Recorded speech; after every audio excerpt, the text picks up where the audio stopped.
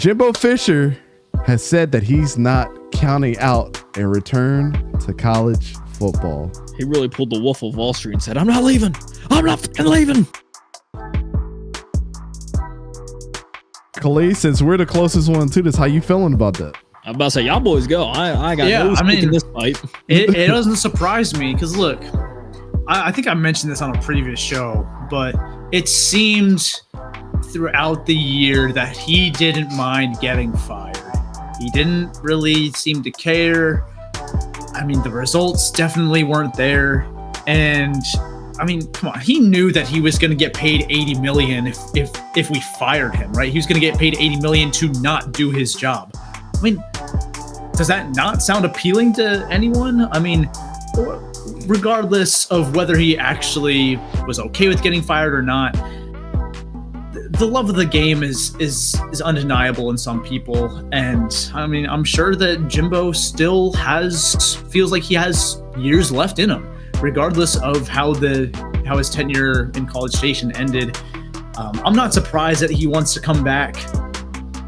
I'm not going to deny that he's an elite recruiter. I mean, somehow he managed multiple top 5 classes, the number 1 class of all time, that year, and then followed up with a 5-7 season. There's definitely a school, probably in a group of 5, or maybe even a smaller Power 4 school who would take him on, I'm sure. And especially because he would be only one of a handful of coaches who can say that they've won a national championship. I mean, Harbaugh is already gone. Saban's now gone. So you have Kirby Smart, you have Dabo, you have Mac Brown, and Jimbo. Mm-hmm. Right? Like, am I forgetting anyone? Nah. That's something that holds some weight. Unfortunately, it did in College Station. Some people didn't want to fire him because, he's won a natty. Well, that was way back when college football looked completely different. Back when the I formation was still a viable method of gaining yards consistently. You take that back. But it's not anymore, right? Offenses have changed. The game has changed. There's a transfer portal, right? There's NIL. Maybe Jimbo's just taking this time to readjust, get used to some of these things as he maybe has to just change his approach. But I'm not going to wish poorly on him should he go anywhere, even though his time here in College Station wasn't the best. It doesn't surprise me, though, that he wants to come back. Yeah, honestly, with Jimbo, I think, clear heads prevail. You know what I'm saying? And I truly believe that, with having he literally stepped into his next role having the controversy of Florida State. Now, this is going to sound like I'm defending Quinn Ewers, Jimbo Fisher here, because I am. Now, here's the thing. I know some things that normal people don't know about what happened at Florida State, and I'm just going to say I'm totally on Jimbo's side regardless if people are not. I'm going to just put it like that.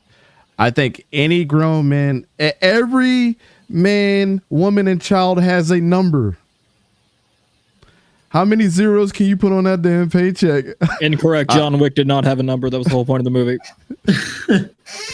Well, my thing is, man, is Jimbo Fisher is a national championship coach. Jimbo Fisher constantly put out great defensive players in the NFL, regardless of what former players want to say. You played for him. He helped develop you. It is what it is. He's a great recruiter, like you said, Khalid. He constantly puts out good quarterbacks. I don't care what anybody says. The slew of quarterbacks that he put out in the NFL, you can add Kellen Mond to that because he did play. Mm-hmm. Max Johnson and Connor Wegman are starters for both of their respective teams. He had Haynes a little... King. And Haynes King, exactly. There's 3 right there off the rip. So you can't tell me that this dude is a terrible coach because of the way that things happen. And when you go down as a unit. It just is what it is. And it starts with the head coach first, and then it trickles down from there. The thing about Jimbo Fisher relaxing, not forcing his way back into college football, chilling out. The one thing that Jimbo didn't want to do was adapt to the way that the game is being played today. Mm-hmm. You saw it at Texas A&M, and you definitely saw it at Florida State. The year that we won the national championship is the year that we were so stacked with talent that we just forced the ball down your throat. We had 2 good running backs, a slew of great wide receivers, a Heisman winning, the best freshman quarterback of all time that we've ever seen, because he won a national championship in the Heisman. Nobody can compete with that. Jameis Winston was the best freshman quarterback we've ever seen play. And a stacked defense every single year that he was there. Now you let this guy, he sat back, he relaxed, he didn't force his way back into college football. And what's going to happen, in my opinion, and this is the only way that he can be successful again, is to take the road less traveled. Go to a MAC school. Try your hand at like a Kent State. Rebuild their program. Do what Bronco Mendenhall is doing right now with New Mexico. Rebuild a team that has been historically bad, or at least get them to a bowl game, and then work your way back up.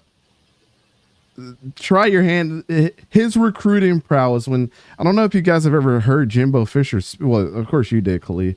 But like, he can get you fired up. Like, he gets you very convinced that you can go out there and run through a brick wall. Yeah. And it's handled exactly that way in recruiting as well. So when he says don't count him, he's not counting on a return to college football, I think was the right thing to say. He didn't really give a straight answer. He just alluded to like, yeah, I mean, when you're away from it for this long and you get that itch again, you want to scratch it. And of course, all of us do. As a former player, you don't think like, I think I could go out there and just run through people. Yeah. Until like the first couple of snaps, and then my ass is dog tired and ready to go and be like, yeah, I ain't built for this no more. But all of us feel like we can do things that we probably are not able to do, right? Yeah. But at the end of the day, I don't mind his approach back to this. He's not being forceful about it, and it seems like he's going to come back a little bit more humble, knowing that the 2 situations that you just left were the Florida State thing. People were frowning upon you there, and then Willie Taggart kind of, took that pressure off of you. You get somewhere new like Texas A&M, complaining about that, you wanted better facilities at Florida State, and then you had a couple top recruiting classes, and then those kids end up all transferring out, and the whole debacle at Texas A&M happened. I get it, man. But those are things that you can put your feather in your cap with a smaller school. Look, I'm going to be able to come here, and we're going to be able to recruit well, and I'm going to be able to steal players that we probably shouldn't steal, and I'm going to be able to put together a great coaching staff. Just game plan better. You got to get with the times, man. Even Nick Saban, he had to adjust to the times. That's why he brought in so many different coordinators. The Lane Kiffins of the world and the Bill O'Briens. Those guys brought different schemes, and he just worried about the defense because Nick Saban's a defensive guy. Jimbo, you got to get back to playing, really hard-nosed football and getting a creative offensive coordinator in there. Maybe, hopefully this doesn't happen, but the Kenny Dillinghams of the world, if something happens to him at Arizona State, that'll be a great pickup for him to go to like somewhere like Kent State, pick up Kenny Dillingham, who's or Will. I think Will Stein is going to get a head coaching job after the season if they do well. But those type of guys, bring them in to run that spread offense, the RPO schemes and all that, and get you some athletic quarterbacks like you used to getting, and help a team out. That's where I see Jimbo Fisher's career going. And maybe he can find his way back in if Eli Drinkwitz or something decides to get a better job somewhere, then come to like a Missouri and make them a powerhouse. Or, I don't think the Jonathan Smith experiment is going to work well up there in Michigan State. Maybe that's a place that you go. You'll be in a hotbed of, the Michigan and Ohio's of the world. If you go to a Kent State, you already have that pipeline. So that's where I see him at, man. I don't know if I'm very off kilter by thinking that, but I think that that's the best path for him at this point. No, I agree. And I'll just add one more quick thing. I mean, you look at a guy like Tom Herman, who after he was fired by Texas, he spent, I believe, a year as an offensive analyst with the Chicago Bears, then took another year off from football and is now the head coach at Florida Atlantic, right? It was, a fall from grace, sure, because he went from Houston, getting the first 5-star recruit to ever commit to a Group of 5 school in Ed Oliver at the time, to making the jump to Texas, beating Georgia in the Sugar Bowl, and then getting fired like a year later, and having Casey Thompson do that too. Yeah, I mean, now he's at FAU. It seems plausible that if Jimbo does come back to coaching, despite having won a natty, I would guess that it would be at a Group of 5 school, just kind of based off of what it seems like others are doing and the demand for a coach who, at his last destination, was a little bit outdated. And it's not like he's not used to it. I think before he became a head coach, he was Sanford's head coach. Yes, and that's where he graduated from and played ball at as well. Yep. And he's from West Virginia. Who knows what might happen with West Virginia? If West Virginia is, what's their coach's name? Neil Brown, I think. Neil Brown. If Neil Brown ends up beating Penn State, they have a good season. And they're going to a Big 12 championship and winning that. You don't think bigger teams are going to be wanting to snatch him away? Jimbo, go back home. Go to West Virginia. Coach there. You're going to already have the biggest pipeline ever is you being from that state. Mm-hmm. So Pat McAfee would be a big fan of that. Oh, yeah, he would. Hell yeah. We already have West Virginia at number 4. Yeah.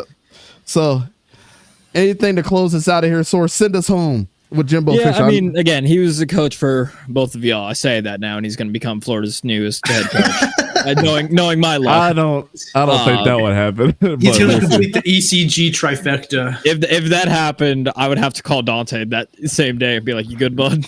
I'll be like, I'll never forgive Jimbo now. You can't just do that, bro. I defended you for this. Yeah, I defended you all these years for this, brother. For this, Damon. But no, I mean, so kind of the full statement was, quote, "There's only so much you can hunt and fish before you want to get back in. I'll be watching a lot of film this year and see if there's the right opportunity for me to get back into it next season." So right there off the line of I'll be watching film kind of shows like what teams are either going to, move on from their head coach, whether they're really good and the head coach gets brought on to a bigger school, or they're really bad and they need a new head coach. And also probably, again, just this off year to kind of like what you said, Khalid, just adjust to the whole new NIL transfer portal. Maybe just if he becomes a head coach, just focuses on the defense and does exactly what Saban does. Just brings in talented offensive coordinators, go deal with it. Or maybe even just starts out as a defensive coordinator, get his feet wet, only has to worry about dealing with, defensive recruits, all that stuff. And then again, just small little baby steps until he's either back at a head coach at a small school, a big school, whatever. I think this is just the year for him to get accustomed to all the new stuff that's happening with NIL and transfer, like I mentioned earlier. Kind of, see what schools need help or could use help. Again, with the whole watching film, whether it be as a defensive coordinator, a head coach, good or bad. I mean, dude's got pretty good accolades of winning a national championship, having multiple good top 5 recruiting classes, one of them being the number 1. So the dude's got a good resume right now. He is just taking a year's long worth to figure out what his potential next step would be. Yeah.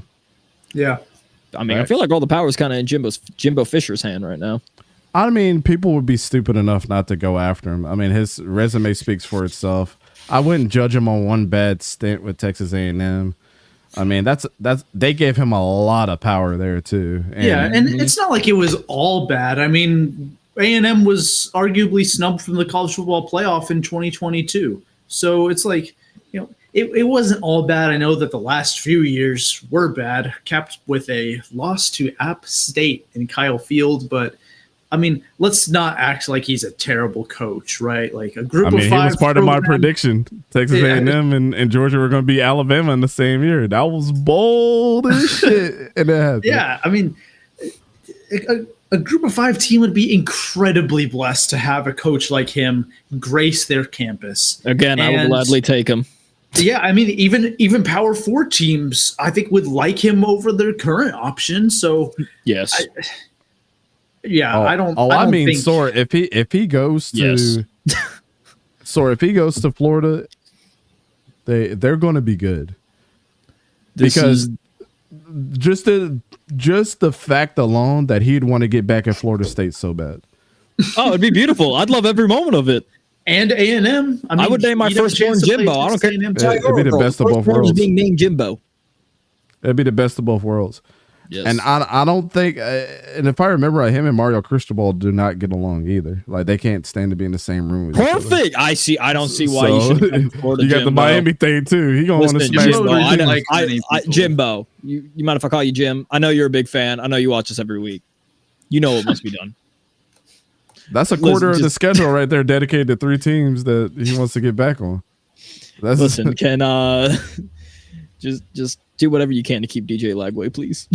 Please. Well, here's the thing: if he gets hired, I think that he could hold on to a player like Lagway. I was about to say I can't. The recruiter. I was about to say I can't handle losing Billy and Lagway. That's my biggest fear: is if we lose Billy, we lose Lagway. I don't care if we lose Billy. If he's good, great. If he's terrible, get rid of him. But I can't lose Lagway, bro. You know what Jimbo's gonna do to DJ? He'd be like, NFL. Really, brother? Yeah, you want to stay here. I got you. You might not be good at the next level, but I can tell you you'll be good. Just ask Lagway what offense he wants to run, who he wants as offensive coordinator, hire him, and just take care of our defense, please. It's been so long since we've been referred to as DBU. Please, God. Straight up. And don't forget to hit that like and subscribe button and ring the bell notification so you're always notified. All right, well, the 12 oh my God. That's what I'm saying. This one, like, bro, you just gotta just be you, bro. Just be you, bro.